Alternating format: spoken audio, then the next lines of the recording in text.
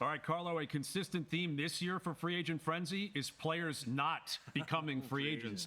A lot of players deciding to stay where they've been in the past.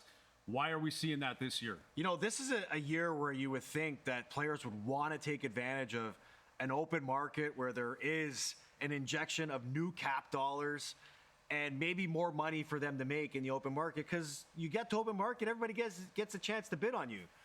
But I think what we're learning is players are becoming comfortable in choosing happiness over the idea of starting fresh somewhere new without knowing what their situation is like compared to what they're used to in their own comfort level of where they are. So, you know, you look at the big names that have signed so far, there's only one name that's out there that's changed places.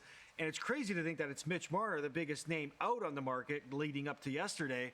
So it really makes you wonder, you know, with players, do they like the idea of maybe taking the chance of the grass being greener on the other side? Or do they just say they're happy and content with what they have because they're comfortable in their surroundings? That seems to be the case, and I think it's a two-way street. I think what we're also learning is that's what GMs are comfortable with throughout the league as well. I think the nature of the sport is very conservative, and you're seeing a lot of these players saying, I want to stay.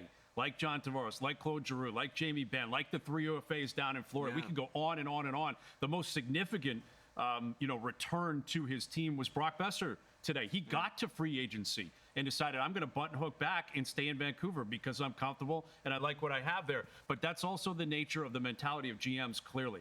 I think it's been proven through free agency this year that they're adverse to massive change. Yeah. They're nervous about what could be out there and bringing in, new players. And I think this year there was a lot more money, but that's because COVID's over, cap's going up. And I think in the past few years, it might have been a mirage. It's not that teams didn't want to keep their players, it's that they literally couldn't. Now that the system's flushed with money and there's much more flexibility because we're post-COVID, these teams can keep their guys, and that's what we're seeing. Conservative nature, both from the teams and from the players. 100%.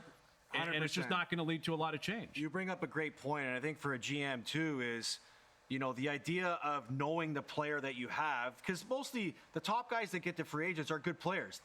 GMs don't want to lose these players, and in years past it's because they probably didn't have the flexibility or the cap or the money to keep these players. But even for the GM, it's the same mindset.